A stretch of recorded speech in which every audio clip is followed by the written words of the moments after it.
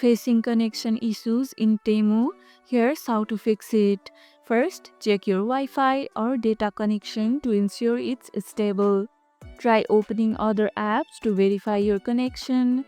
If your connection is fine, try turning airplane mode on and off or restart your device to refresh the network. Additionally, make sure Temu app has the necessary permissions to access your internet. Check the settings for app permissions. If you are on a public or restricted network, like in a cafe or office, try switching to your home network or use data. And that's it.